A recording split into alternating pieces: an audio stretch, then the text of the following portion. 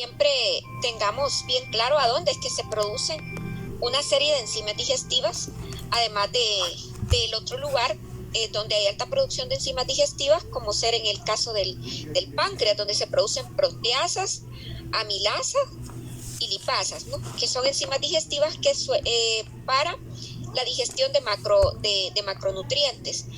A nivel de intestino delgado, en el borde cepillo intestinal, recordemos que en la parte interna del intestino, en esa mucosa, en ese epitelio, las células forman lo que se llama un borde en cepillo, y ese borde en cepillo también produce enzimas digestivas que a veces son peptidasas, disacaridasas, y entre estas disacaridasas están aquellas que van a hidrolizar dos disacáridos que nosotros, por ejemplo, uno de los disacáridos que nosotros estamos muy relacionados, como el tema de la sacarosa, la lactosa, ¿no? Que recuerden que son disacáridos, pero nosotros las absorbemos porque también hay disacaridasas que rompen estas moléculas formadas por dos monosacáridos. Recuerden que los disacáridos pues están formados por dos monosacáridos. Ahora, resulta que también la producción de enzimas en ese borde en cepillo intestinal también puede verse deficiente, disminuido o incluso a veces completamente abolida. ¿Y qué problemas pueden hacer que el borde en cepillo produzca menos disacaridasas o que no las produzca? Aquí pueden ver que están enumerados 3 tipos de problemas o trastornos que pueden hacer que la producción de disacaridasas sea deficiente. En primer lugar están los trastornos congénitos, que se consideran infrecuentes porque es bien raro que ocurran, en los que hay deficiencia absoluta o está disminuida la producción de sacarasa, de isomaltasa o de lactasa, como se observa en algunos neonatos. En estos casos es que hay un trastorno congénito, el niño ya nació con esa deficiencia. Son poco frecuentes. Repito, en primer lugar puede ocurrir cuando hay trastorno congénito en el que hay deficiencia de disacaridasas, como ser la sacarasa, la isomaltasa o la lactasa, que se observan obviamente en recién nacidos porque son congénitas, ¿no? O sea, nomás naciendo el niño se ve que tiene la incapacidad para digerir estas disacaridasas. Son poco frecuentes, repito. La otra razón por la que puede haber también deficiencia de disacaridasas son aquellas que se denominan formas generalizadas secundarias. Formas generalizadas secundarias, ¿como cuáles? En aquellas en que se altera el epitelio intestinal. No hay ningún problema congénito, pero resulta que el epitelio intestinal se descontroló, se trastocó, como dicen, y ya no produce enzimas disacaridasas. Un ejemplo de esto ocurre, por ejemplo, en la enfermedad de Crohn y en la enfermedad celíaca. Que ojo, la enfermedad celíaca, el desencadenante no es esto, pero la reacción inflamatoria por gluten llega a producir una inflamación tan importante en el epitelio que ya pierde su capacidad, por ejemplo, para producir disacaridasas. Otra forma secundaria en la que también se pierde la capacidad de producir disacaridasas, por ejemplo, en el caso de las diarreas crónicas. Cuando hay diarreas crónicas de carácter infeccioso o por alguna otra razón, como vamos a ver también incluso en el sprue tropical, también se pierde la capacidad de producción de disacaridasas por parte del epitelio. El tercer tipo o la tercera razón por la cual se pierde la capacidad de producción de enzimas disacaridasas en el borde en cepillo es a través de alteraciones genéticas frecuentes. Y aquí el ejemplo más clásico es el déficit de lactasa. Pero ojo, quiero aclarar una cosa. En los trastornos congénitos infrecuentes puede haber también una deficiencia de lactasa, pero por una razón congénita. O sea, el cuerpo, por una mutación, ya viene el niño, como dicen, programado para no producir lactasa, o isomaltasa o sacarasa. En este ejemplo número 3, que también hay déficit de lactasa, en este caso es un poco diferente la explicación al déficit de lactasa. ¿Por qué? Todas las personas, todos los seres humanos, nacemos produciendo lactasa, todos. Si no, no pudiéramos, por ejemplo, digerir la lactasa que está en la leche materna. Sin embargo, de forma normal, generalmente cuando ya se están cumpliendo los 2 años de edad, nuestro intestino empieza a producir menos lactasa. O sea, que podríamos decir que casi todo mundo de forma programada tendría una deficiencia de la lactasa. Vuelvo a repetir, en todas las personas nacemos produciendo lactasa para poder dirigir la leche materna, pero ya cerca de los 2 años, esto empieza a desaparecer, empieza a disminuir la producción de lactasa de forma normal. Sin embargo, hay un pequeño porcentaje de personas que durante su vida siguen produciendo lactasa.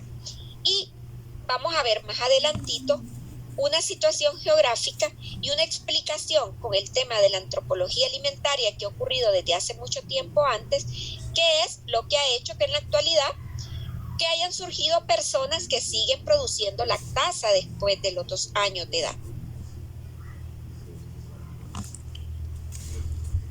No sé si alguien tuvo la oportunidad de leer, ahí en Krause está explicado bien bonito el tema de la mutación, de la mutación para la producción de lactasa. No sé si alguien lo pudo leer, muy interesante. Bueno, la intolerancia, como vamos a ver, la intolerancia a la lactosa y la hipoabsorción de fructosa, porque son las dos que más frecuentemente ocurren. Hay otras, como las dificultades para absorber la sacarasa, la galactosa también, pero eso no lo vamos a ver hoy porque son poco frecuentes y hoy vamos a ver más la intolerancia a la lactosa y la fructosa. La intolerancia a la lactosa es un cuadro, un síndrome que se caracteriza por la presencia de diarrea, dolor abdominal, flatulencia o distensión que aparece generalmente pues tras el consumo, no es que generalmente, sino que tras el consumo de lactosa. La deficiencia de la intolerancia a la lactosa uno la puede clasificar como primaria o secundaria. ¿En qué casos la voy a clasificar yo como primaria? Por ejemplo, cuando hay una deficiencia congénita de lactasa, ¿verdad? O también cuando existe una razón genética, cuando hay una deficiencia congénita de lactasa, ¿verdad? Y tenemos las causas secundarias. Por ejemplo, cuando el intestino normalmente ha producido siempre la lactasa, pero por alguna razón que haya lesionado el epitelio intestinal, se pierde esa capacidad de producirla, como sucede, por ejemplo, en los trastornos inflamatorios, como la enfermedad de Crohn, como en el espure tropical, como llega a suceder en algún momento también en la enfermedad celíaca, cuando hay infecciones del intestino delgado, sobre todo en esos casos de diarreas crónicas. Los pacientes con VIH pueden empezar a presentar también intolerancia a la lactosa, porque ellos pues recuerden que son susceptibles a infecciones oportunistas a nivel intestinal, que también vienen a producir a veces una inflamación crónica a nivel del intestino. Los pacientes con VIH, con síndrome de inmunodeficiencia, voy a utilizar el término correcto, ¿verdad? Como dice la ley de Honduras. En el libro dice VIH, pero uno les debe decir pacientes viviendo con síndrome de inmunodeficiencia. Pueden, por ejemplo, a veces infectarse de forma masiva de cándida, que es un hongo que normalmente está en nuestra piel, pero que a nosotros cuando estamos inmunocompetentes no nos hace daño, pero cuando hay debilitamiento del sistema inmuno, pues empieza, como dicen, a colonizar todo lo que se le venga de paso. La malnutrición también nos puede llevar a la intolerancia a la lactosa. Los niños con esas desnutriciones graves, severas, hacen intolerancia a la lactosa. Y bueno, lo que habíamos dicho ya, las infecciones virales o bacterianas. Entonces, aquí está, recordemos, ¿verdad? Que la lactosa, pues es un disacárido que por acción de la lactosa, hace que la lactosa, por acción de la lactasa, perdón, hace que se rompa y se separen los dos monosacáridos que tenemos acá, la galactosa y la glucosa. La lactosa pues no se puede digerir, no se puede absorber de forma entera, entonces los dos hermanitos tienen que soltarse para que puedan ser transportados a través del epitelio intestinal. Entonces aquí, vaya, ya la lactasa desdobló el enlace, separó ambas moléculas y ya puede, como dicen, atravesar el intestino de forma separada la galactosa y la glucosa. Obviamente, si no hay lactasa, pues no se produce este paso. Ahora, habíamos dicho de que normalmente nosotros nacimos, como dicen, la raza humana nació con la capacidad de producir lactasa, pero esta iba disminuyendo ya cerca de los 2 años de edad y empezaba, como dicen, a desaparecer la producción de lactasa. Pero esto hubo un cambio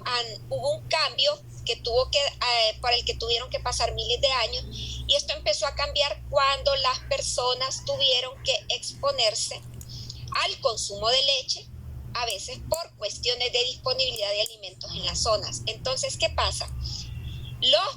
Las personas generalmente en la zona nórdica donde había producción de leche empezaron a consumir leche como una alternativa ante la disponibilidad de alimentos. Entonces, digamos, el intestino de ellos se fue adaptando de tal manera que pasaron los años y la producción de lactasa se fue activando a nivel intestinal. Y esa modificación que ocurrió en el intestino también llevó a una modificación genética, y entonces empezó a aparecer, dicho de forma sencilla, un gen que favorece la producción de lactasa para cuando nosotros ya tenemos más de 2 años, digamos así de forma sencilla. Ahora, ¿qué pasó con las migraciones? Ese gen se fue dispersando por cuestiones genéticas, el entrecruzamiento de poblaciones, ¿no? Ahora, la intolerancia a la lactosa por deficiencia de lactasa es muy frecuente realmente a nivel mundial. Sin embargo, no siempre da síntomas. Eso es bien importante tenerlo en cuenta. Por ejemplo, estos son datos, que yo los encontré en esa fuente, ¿verdad? De donde, por ejemplo, hay más prevalencia de intolerancia a la lactosa. Si ustedes pueden ver que hay zonas, generalmente del hemisferio sur es un poco más frecuente, donde hay más intolerancia a la lactosa. Vean, prevalencia de intolerancia a la lactosa al 100%, prácticamente en esta zona de África o algunas zonas de Asia, y vean que en estos lugares donde están más amarillitos, o bueno, sí, más amarillitos, más claros podríamos decir, es donde hay más gente, podríamos decir, que tolera la lactosa, o sea que su organismo produce lactasa, ¿verdad? Miren, casi siempre son países relativamente donde hay mejor acceso donde históricamente desde hace mucho tiempo hay acceso a los lácteos, ¿no? Entonces, esos son datos de Krause, estos de aquí, que están en esta diapositiva. Aproximadamente el 70% de la población adulta del mundo tiene hipoabsorción de lactosa, o sea, la absorbe poco. Y como les decía, esto ocurre mayormente en los grupos de población africanos, hispanos, asiáticos, sudamericanos y nativos americanos. La actividad de la lactasa, lo que les había explicado, va disminuyendo tras el destete hasta un valor del 10% de neonatal. O sea, cuando ya empieza el niño a destetarse, también empieza a disminuir la producción de lactasa. Y esto va aumentando a lo largo de la infancia. A medida vamos haciéndonos viejos, entonces también vamos disminuyendo la producción de lactasa, ¿verdad? Fíjense bien cómo hay una contraposición o una situación opuesta con los caucásicos europeos occidentales con respecto a la población, por ejemplo, latina, africana, asiática. Entonces vean que más o menos el 75-85% de los adultos europeos occidentales, que son los caucásicos, digamos, los más blanquitos, conservan concentración alta de lactasa y aproximadamente la mitad de la concentración de otras sacaridasas. O sea, parece que el intestino de ellos sigue conservando mejor producción de disacaridasas. No sé si alguien tiene alguna pregunta hasta acá. Por mi parte no, doctora. Bueno, ahora, existen pruebas específicas para hacer diagnóstico de intolerancia a la lactasa. Las vamos a ver adelantito. Bueno, ya vamos a ver que la fisiopatología, yo creo que ya más o menos ya la sabemos. La hipoabsorción, pues obviamente se debe a la deficiencia de lactasa, que puede estar completa o puede haber un poquito. Y también muchas veces los síntomas ocurren no necesariamente porque la persona consumió un vaso de leche, sino que también cuando han sido grandes cantidades de productos alimenticios con lactosa. O sea, la sintomatología también va a depender del grado de déficit de lactosa y puede hacer que hay personas que toleren un vaso de leche al día, pero otra gente quizá no tolere absolutamente nada, ¿verdad? ¿Qué pasa cuando alguien no tolera la lactosa? Pues el azúcar no se absorbe. Si la lactosa no se absorbe, entonces queda en la luz intestinal y todo azúcar que no se absorbe, ya sea como monosacárido o como disacárido, va a tener una acción osmótica y esto va a hacer que aumente el agua fecal y a su vez todo disacárido que no se puede digerir ni absorber pasa a fermentarse por acción bacteriana y esto va a hacer que se produzca también ácido graso de cadena corta y va a producirse distensión, flatulencia y dolor abdominal. Entonces, esto es lo que va a llevar a la sintomatología que a veces tienen los pacientes, ¿verdad? Que salen con diarrea, con gases, dolor.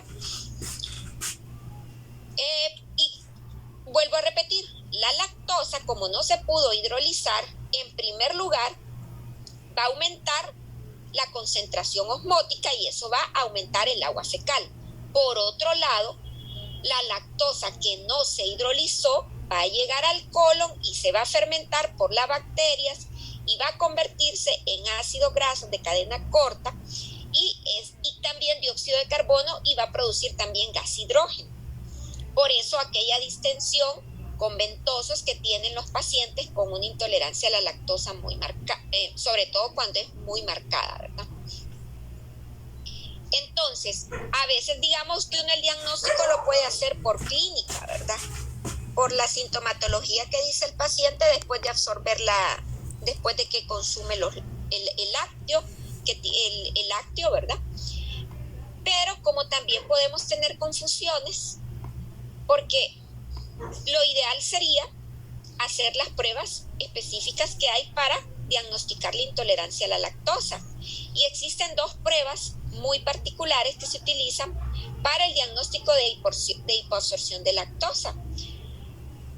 La primera es la prueba del aire, la prueba de hidrógeno en el aire expirado y la segunda es la prueba de tolerancia a la lactosa. Repito, hay dos pruebas diagnósticas para corroborar esto.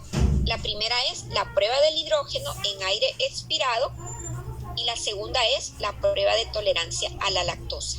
¿En qué consiste la prueba de hidrógeno en aire expirado? Bueno, resulta que el paciente tiene que estar en ayunas en primer lugar y entonces en ayunas le van a dar una carga de lactosa. Recuerden que la persona que no digiere lactosa, la lactosa va a pasar al colon y las bacterias del colon van a empezar a producir gases, ácidos grasos de cadena corta, dióxido de carbono y también va a producir hidrógeno por la fermentación de las bacterias, ya que la lactosa no se absorbió. Si se hubiera absorbido, porque el paciente tiene la disacaridasa, la lactasa, entonces resulta que no se hubiera producido ese gas ni ese hidrógeno libre en el intestino grueso, ¿verdad? Entonces, ¿qué pasa? La lactosa es fermentada por las bacterias, produce dióxido de carbono, disculpen que vuelva a repetir, dióxido de carbono, ácidos grasos de cadena corta y también produce hidrógeno ahí en la luz del colon. ¿Qué sucede? El hidrógeno que está a nivel en gas en el intestino se absorbe, lo absorbe el intestino y pasa al torrente sanguíneo. Entonces,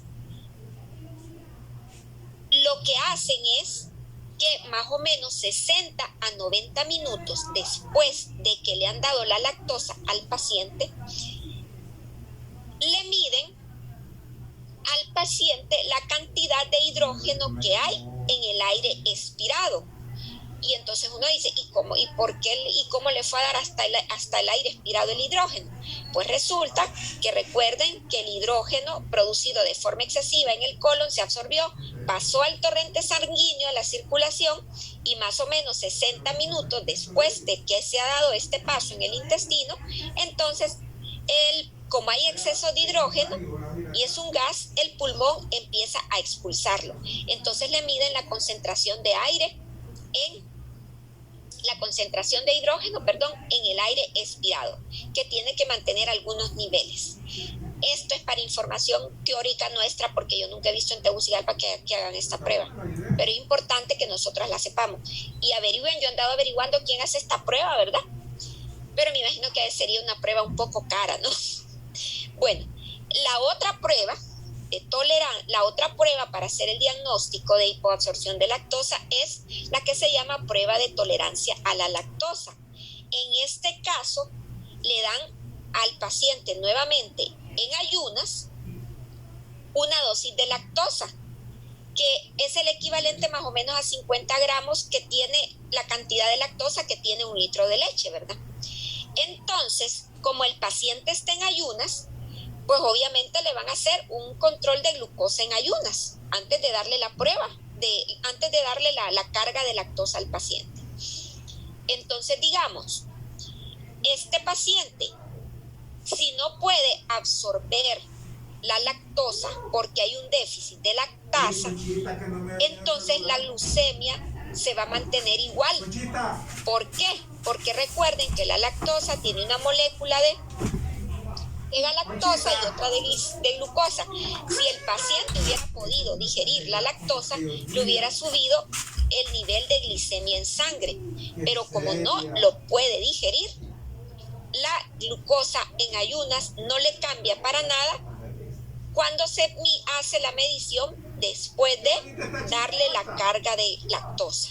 No sé si quedó claro en qué consiste esta prueba. ¿Les quedó claro?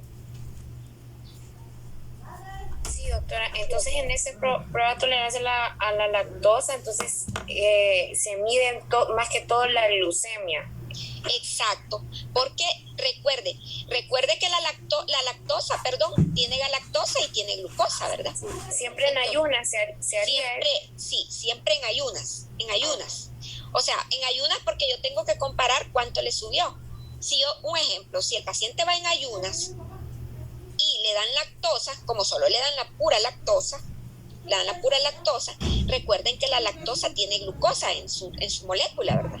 Entonces, si yo la puedo digerir, me va a elevar el azúcar porque voy a absorber la glucosa. Va a haber un cambio. Por ejemplo, si tengo 70 de glucosa, me tiene que cambiar, me tiene que subir, porque de forma indirecta estoy haciendo una ingesta de glucosa si yo tengo mi lactosa para poder desdoblar la molécula. Pero si no la puedo desdoblar, la lactosa, como dicen, pasa de paso y no me va a generar ningún cambio en los niveles de glucosa. Como decir, sigo entre comillas, sigo en ayunas, porque no ha pasado ningún carbohidrato, ningún monosacárido ha pasado a mi sangre. ¿Quedó claro eso, verdad? Sí, gracias, doctora. Bueno, aquí quiero hacer una aclaración, sobre todo con el tema que yo les dije el otro día de los pacientes diabéticos. Obviamente, si el paciente es diabético, yo prefiero que tome leche con todo y lactosa, porque esto va a retrasar un poco. Si el paciente es diabético y no tiene problemas con la lactosa, yo prefiero que consuma leche que no esté deslactosada, porque el intestino del paciente tiene que hacer un paso de digestión primero, que es desdoblar la molécula y hacer que me va a ir liberando poco a poco el azúcar, o sea, la glucosa me la va a ir sacando poco a poco para el torrente sanguíneo. Pero si yo le doy algo deslactosado como leche deslactosada, lo que sucede es que las moléculas ya no anda en la leche, ya no anda flotando la lactosa. Lo que andan flotando son más moléculas de galactosa y de glucosa. Entonces, como la glucosa ya está simple, suelta, me la va a absorber de un solo. Por eso es que yo prefiero que el paciente diabético consuma leche que no esté deslactosada. Pero si el paciente tiene intolerancia a la lactosa, ahí sí le tengo que dar leche deslactosada, aunque sea diabético, ¿verdad? Estamos claras en eso. Aquí en dietoterapia, a veces uno no puede decir, no se puede, eso depende de cada situación. Es como si yo tengo un paciente con obesidad y le voy a hacer un plan nutricional con restricción calórica. Yo le puedo dar leche entera si no me paso de las calorías que pretendo darle con la restricción calórica. No necesariamente tengo que darle leche descremada. ¿Me explico? Si yo quiero ponerle restricción calórica al paciente en obesidad, pero no me paso de las calorías estipuladas que le pienso dar, dándole una leche entera, ahí no hay tampoco problema, porque a veces la gente piensa que queda, y no te dio leche descremada el nutricionista. A mí hay pacientes que dicen, a mí la leche descremada no me gusta. Yo en lo personal, a mí no me gusta la leche descremada, ¿verdad? Bueno, pero hay gente que le gusta descremada también, ¿verdad? Entonces vean que hay cuestiones que no son absolutas. Hay situaciones que son relativas, como este caso de la deficiencia de la lactosa. Bueno, ahora, vean con la intolerancia a la lactosa. La hipoabsorción de lactosa demostrada no significa que la persona tenga síntomas. O sea, hay gente que tiene este problema y no necesariamente le da diarrea, no necesariamente le va a dar ventoseadera, no necesariamente le va a dar dolor, porque eso también depende de muchas otras situaciones. Por ejemplo, la cantidad de lactosa ingerida. No es lo mismo quizá que un paciente se consuma en todo el día 1 litro de leche, ¿no? A que solo haga, por ejemplo, una taza de leche al día, o una porción de yogur que tiene mucho menos lactosa, y que el yogur tiene también una sustancia que hace que se digiera también la lactosa, ¿no? También, por ejemplo, a veces hay bacterias colónicas que sí tienen capacidad de fermentar la lactosa, pero otras no. Y las bacterias colónicas, la flora intestinal de las personas varía.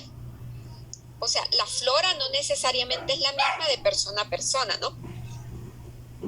Y también puede ser que hay personas que una ligera distensión no le dé molestia ni le genere tanto dolor como a otra persona, porque también los umbrales de dolor o de malestar varían de persona a persona, ¿no? Bueno, Lo que les decía, el Kraus dice que consumo de pequeñas cantidades de lactosa apenas debería de tener consecuencias porque los ácidos grasos de cadena corta se absorben fácilmente y los gases pueden ser absorbidos o expulsados cuando es en poca cantidad. Pero ojo, aunque Kraus así diga, uno también tiene que ver el tipo de paciente, porque si les va a dar un dolor de cabeza, esto que afirma Kraus por darle una taza de leche a un paciente, que él dice que es intolerancia a la lactosa y que se va a enojar con ustedes, ¿para qué seguirnos por lo que dice Kraus? Mejor considerar todo ese tipo de cosas. Una taza de leche tiene aproximadamente 12 gramos de lactosa, una taza de leche, ¿no? Y muchos estudios dicen que cuando se consumen, si no se pasa de eso, no habría tanto problema en un paciente con intolerancia a la lactosa, ¿verdad? No olviden, una taza de leche tiene 12 gramos de lactosa. Bueno, el tratamiento nutricional es, ya saben, ¿verdad? Modificaciones dietéticas dependiendo del grado de intolerancia, ¿verdad? También es importante, muchas veces va a ser necesario dar suplementos de calcio y de vitamina D a los pacientes porque obviamente como van a tener limitados los lácteos, entonces eso va a quedar a valorar, ¿verdad? Cómo está la ingesta de calcio. Recuerden que los lácteos son fuente de calcio y si al paciente se le va a restringir los lácteos, esto puede hacer que el aporte de calcio diario pues no sea el más idóneo. Pero recuerden que también hay otras fuentes de calcio, ¿verdad? La gente piensa que solo en la leche está el calcio, ¿no? Pero también hay que ver los otros alimentos con fuentes de calcio que se les van a dar.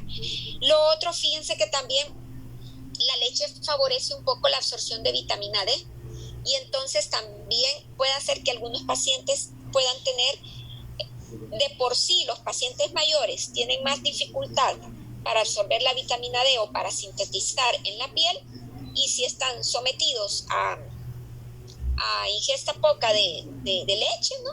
De lácteos, entonces esto también puede poner en riesgo un poco el aporte adecuado de vitamina D para el paciente. Bueno, no son necesarias las dietas asignadas de lactosa, eso lo dice Kraus. Eso realmente queda a criterio de ustedes cuando estén manejando el paciente. Ustedes valoren. Es que a veces la teoría, pero ya quien se enfrenta con los pacientes es uno, ¿verdad? Ahí puede decir que con 12 gramos no hay problema, pero si con 12 gramos se van a complicar ustedes la vida, ¿no?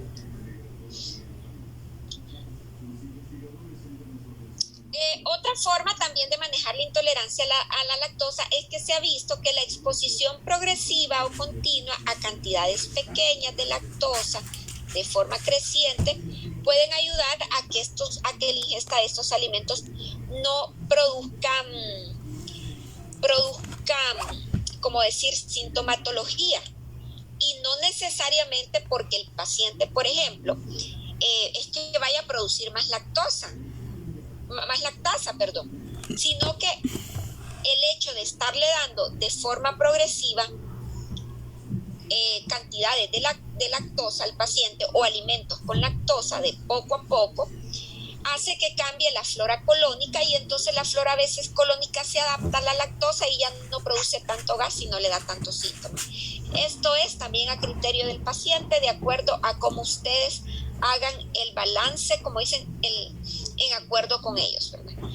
Porque puede ser que hay pacientes que siempre le gusten los lácteos y no quiera dejar de consumirlos, y entonces se puede hacer este tipo de pruebas, pero obviamente hablado con el paciente, ¿no? También como dijo una de las compañeras, ya sabemos que hay productos lácteos que están tratados con lactasa y ahí no habría ningún problema. También se venden preparados comerciales de enzimas con lactasa. Y recuerden que los quesos curados y los yogures como lácteo y hasta fermentado, entonces se tolera mejor porque la fermentación ha hecho que la lactosa se desdoble, ¿no? Y en el caso del yogur, los cultivos microbianos de yogur tienen lo que es una galactosidasa que hace también que se mejore la digestión de la lactosa. En el libro de Kraut de ustedes, este es el de la edición más vieja, ahí aparece cuánto tiene de lactosa cada porción de lácteo. Ahí pueden ver ustedes. Por ejemplo, por eso es que también toleran mejor el queso. Muchos pacientes con intolerancia a la lactosa, es cierto, a uno le dicen, la leche me hace daño, pero si como queso no. Porque claro, el queso tiene lactosa, pero vean que tiene menos cantidad. Por ejemplo, ahí pueden ver que una onza de queso, por ejemplo, anda alrededor de 2 gramos de lactosa, entonces quizá 2 gramos no le dé tanto problema, pero la leche ya tiene 12 gramos, ¿no? Miren, el queso crema solo tiene 1 gramo, ¿verdad? Y aquí pueden ver ustedes, el yogur también tiene un poquito alto de 5 a 10, pero como vimos que también hay una galactosidasa del yogur y el tema de la fermentación, eso ayuda también a tolerar muchas veces que los pacientes toleran el yogur. Ahora, hay pacientes que si le dicen a una, no, es que hasta el yogur me da malestar. Bueno, solo para que recordemos un poquitito, miren, la glucosa, la galactosa y la fructosa, ¿verdad? Entonces, ahorita vamos a entrar a lo que es la fructosa, ya nos falta poquito. Recuerden que los 3 son monosacáridos, son hexosas, porque están formados cada molécula tiene 6 átomos de carbono, ¿verdad? Entonces, esta es la glucosa, esta es la galactosa y esta es la famosa fructosa, ¿verdad? Ahora,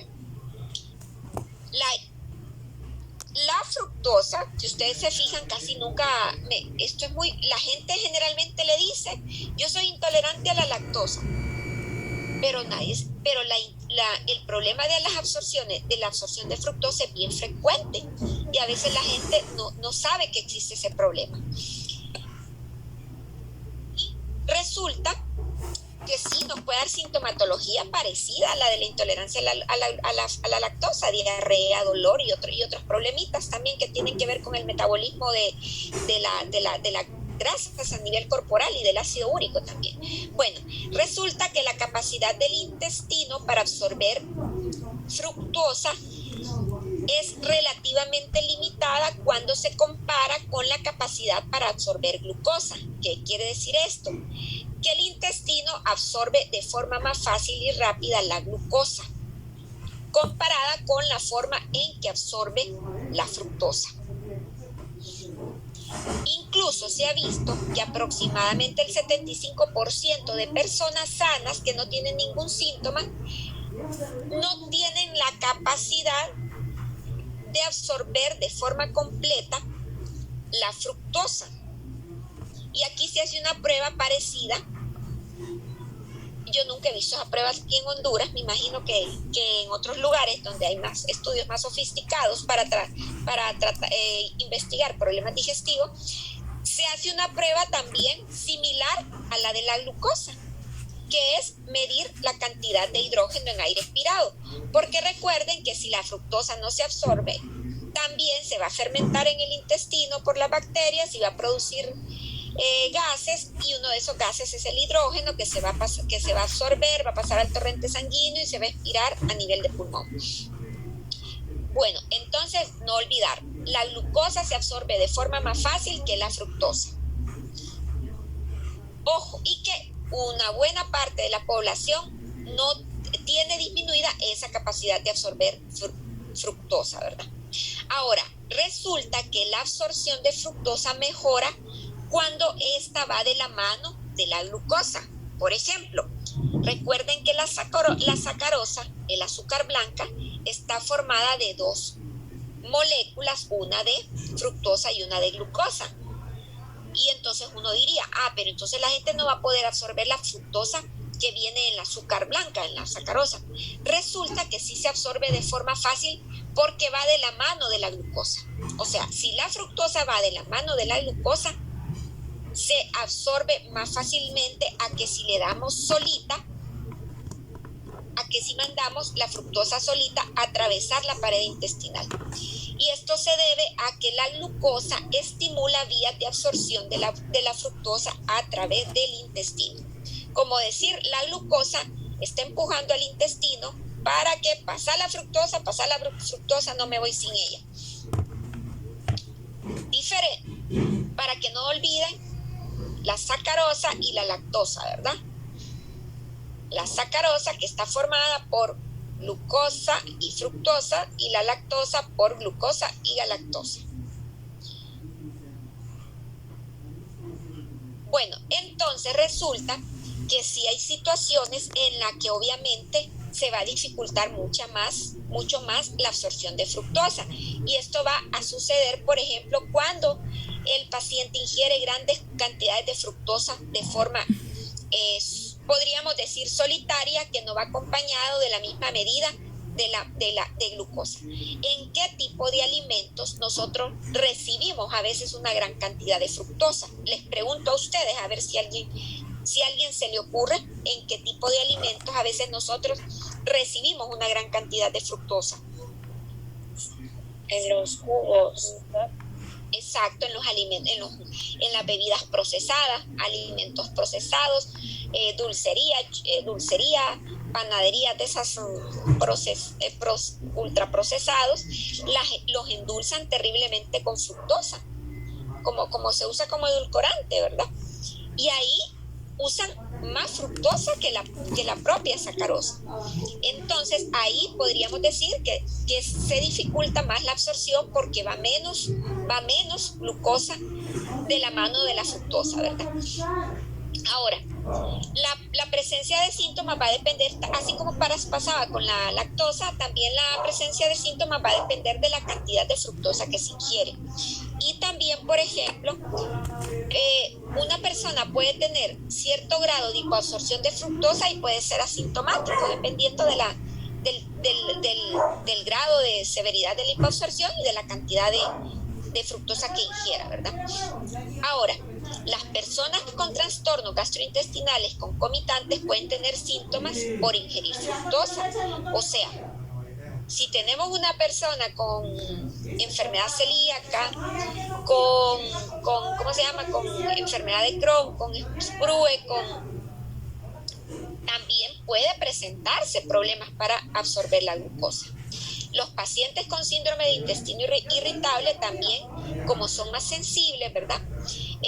Pueden también tener sintomatología cuando consumen altas cantidades de fructosa, ¿verdad?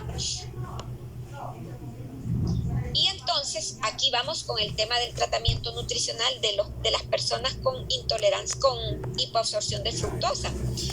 Pues obviamente si hay personas que tienen sintomatología por la presencia de fructosa en sus alimentos, pues obviamente vamos a restringirle esos alimentos que tienen altas cantidades de fructosa de formas, podríamos decir, solitarias.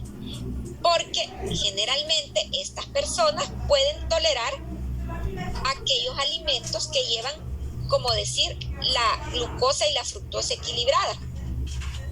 Sin embargo, recordemos que la fructosa está en las frutas, ¿no? Pero las frutas también tienen sacarosa, ¿no?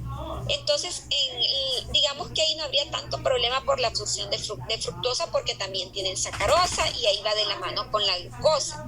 Pero existen algunas frutas en particular que tienen contenido alto de fructosa comparada con las otras frutas, como ser las peras, las manzanas, los mangos y una variedad de peras orientales que yo no las conozco realmente. No sé si son unas que, bueno, no las conozco, pero las peras orientales, pero estas sí tienen un contenido mayor de fructosa que las otras frutas y sí pudieran dar alguna sintomatología al paciente, ¿no? Ya sabemos, las frutas que están secas, deshidratadas, la fructosa se concentra más, los jugos de fruta también, ¿verdad? Entonces habría que valorar si también habría que suspenderle esto o tal vez limitarles el uso, aconsejarles que no consuman altas cantidades. Recuerden que también se vende el jarabe de fructosa y que muchos alimentos los endulzan con jarabe de fructosa, ¿no? Y aquí algo muy importante que es un poquito importante que no lo olvidemos. La hipoabsorción de fructosa ya sabemos que nos puede dar sintomatología a nivel intestinal. Pero ojo también, nuestra población está expuesta al consumo de altas cantidades de fructosa por el tipo de alimentos procesados que se consumen frecuentemente. Resulta que el exceso de fructosa a nivel hepático tiene un efecto metabólico parecido al alcohol, que ambos sirven de sustrato para la lipogenia de novo. ¿Qué quiere decir eso? Que ambos sirven de sustrato para producir más grasas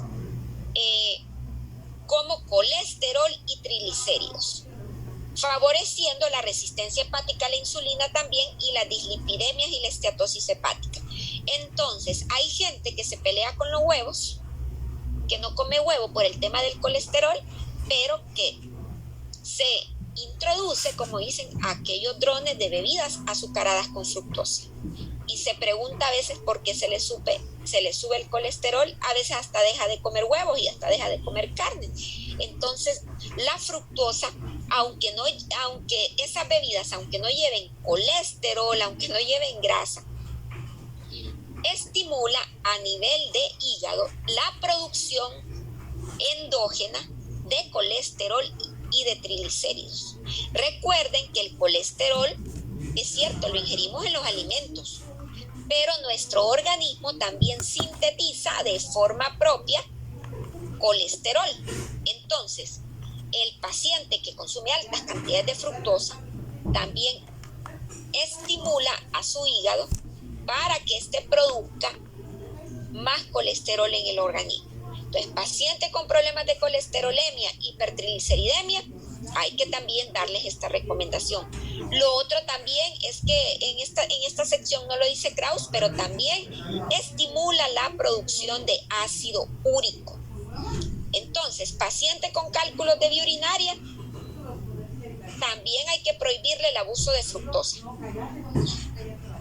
Bueno, entonces, como pasa con la lactosa, el grado de intolerancia a la fructosa y la presencia de síntomas varía de persona a persona.